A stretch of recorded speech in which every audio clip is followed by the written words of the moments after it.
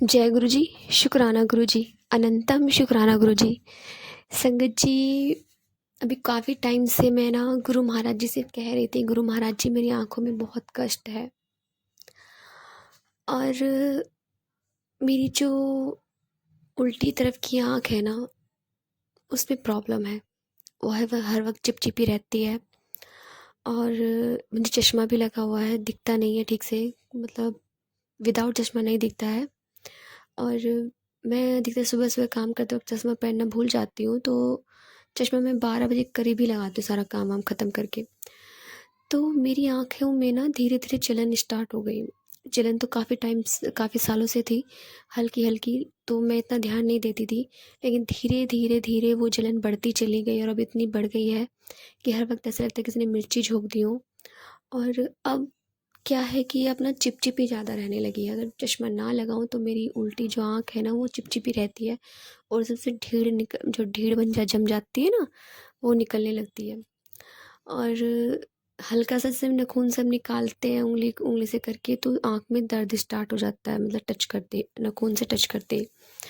तो मैं गुरु जी से कुछ बातें करते, 3-4 दिन से मैसेज बहुत अच्छे आ रहे हैं मेरी आँखों के लिए, मैसेज दे रहे हैं गुरु महाराज जी। तो गुरु महाराज जी ने बड़े मंदिर के लिए भी बोला है अभी, पर टाइम है, शायद नहीं आया है टाइम बुलाने का बड़े मंदिर। तो गुरु महाराज जी ने मुझे एक सत्संग सुनाया इस बारे में।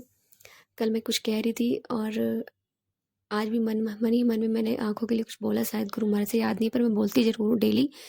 तो प्रॉब्लम तो बहुत सारी है, मगर आज गुरु महाराज जी ने मुझे अब आंखों के लिए सत्संग सुना रहे हैं। तो एक सत्संग सुनाया गुरु महाराज जी ने, एक अंकल थे, उनकी आंखों की रोशनी धीरे धीरे चली गई और उनकी फैमिली में उनके मतलब डॉक्टर वगैरह से ट्रीटमेंट कराया, दवाइयाँ भी चली, पर उनसे उनको आराम नहीं लग रहा था।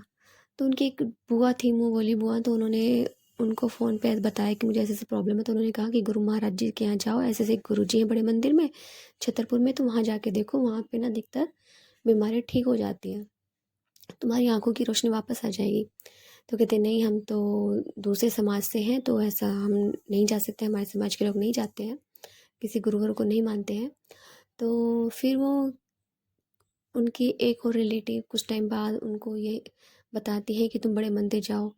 तो कहते हैं कि हाँ, मेरी एक बुआ है, उन्होंने भी मुझे बोला था। तो वो आंटी कहती हैं कि अगर तुम्हें दूसरी बार ये कॉलिंग है तो ये गुरु महाराज की है, गुरु महाराज जी तुम्हें अपने दरबार में बुला रहे हैं। तो कहते हैं कि मैं अपनी फैमिली में नहीं बता सकता और मैं इस तरह से कैसे जाऊँ।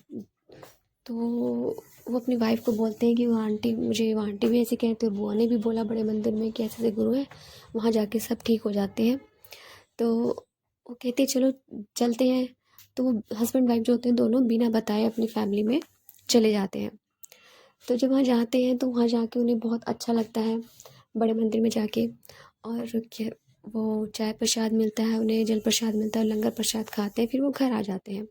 लेकिन उस बीच में उन्हें एक गुरु महाराज जी एक चमत्कार दिखाते हैं। जब वो वहाँ पे एंटर करते हैं, उन्हें धुंधला दिखता है, लेकिन वो कहते हैं कि कुछ देर साथ अपनी वाइफ से कि मुझे ना यहाँ शिवलिंग नज़र आ रहा है, क्या सच में शिवलिंग है? कहती हाँ। ये तुम्हें कैसे पता? कह रही पता नहीं, मुझे अंदर से फीलिंग आ रही है। तो गणेश जी की मूर्ति पे आते हैं, मतलब जो भी वो देखते हैं ना दरबार में, गुरु महाराज जी उन्हें दिखाते हैं और वो उनको अपनी वाइफ को बताते रहते हैं। तो उन्हें ऐसा फ़ील आता है कि मतलब अंदर से कि हाँ, ये सही है, मैं सही जगह हूँ। और फिर उसके बाद जब नेक्स्ट टाइम दोबारा जाते हैं तो वो मन ही मन मंत्र जाप करते हैं गुरु महाराज जी का। वो इस तरह से डेली अब जाना शुरू करते हैं, लंगर प्रसाद खाते हैं और वहाँ जाके मंत्र जाप करते हैं। तो जूता घर के पास भी उन्हें सेवादार बैठने की अनुमति देते हैं, चटाई बिछा के, और वहाँ पे बैठ के वो मंत्र जाप करते हैं। धीरे धीरे जितनी बार वो जाते हैं उतनी बार उनकी आंखों की रोशनी वापस आने लगती है, लंगर प्रसाद खा के, मंत्र जाप करके। और अब उनकी आंखों की रोशनी बिल्कुल सही है। फैमिली को लगता है कि ये दवाइयों से हुआ है, लेकिन वो दोनों हस्बैंड वाइफ जानते हैं कि हाँ, उनकी आंखों की रोशनी गुरु महाराज की वजह से आई है। उनका बहुत बड़ा कष्ट गुरु महाराज जी ने काटा और मुझे भी उम्मीद है कि मेरा भी कष्ट ज़रूर कटेगा, क्योंकि जहाँ हम हैं, जिनकी शरण में हैं, उनसे बड़ा कोई नहीं है, उनसे बड़ा विधाता कोई नहीं है, वो पूरे ब्रह्मांड है।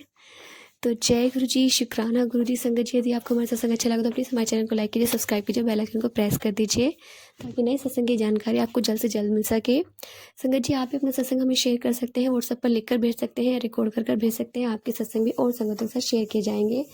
संगत जी, प्लीज़ ये सेवा गुरु महाराज जी ने बख्शी है तो इसमें आप भी अपना योगदान करिए, आप भी अपने सत्संग शेयर करिए। जय गुरु जी, शुक्राना गुरु जी, अनंतम शुक्राना गुरु जी।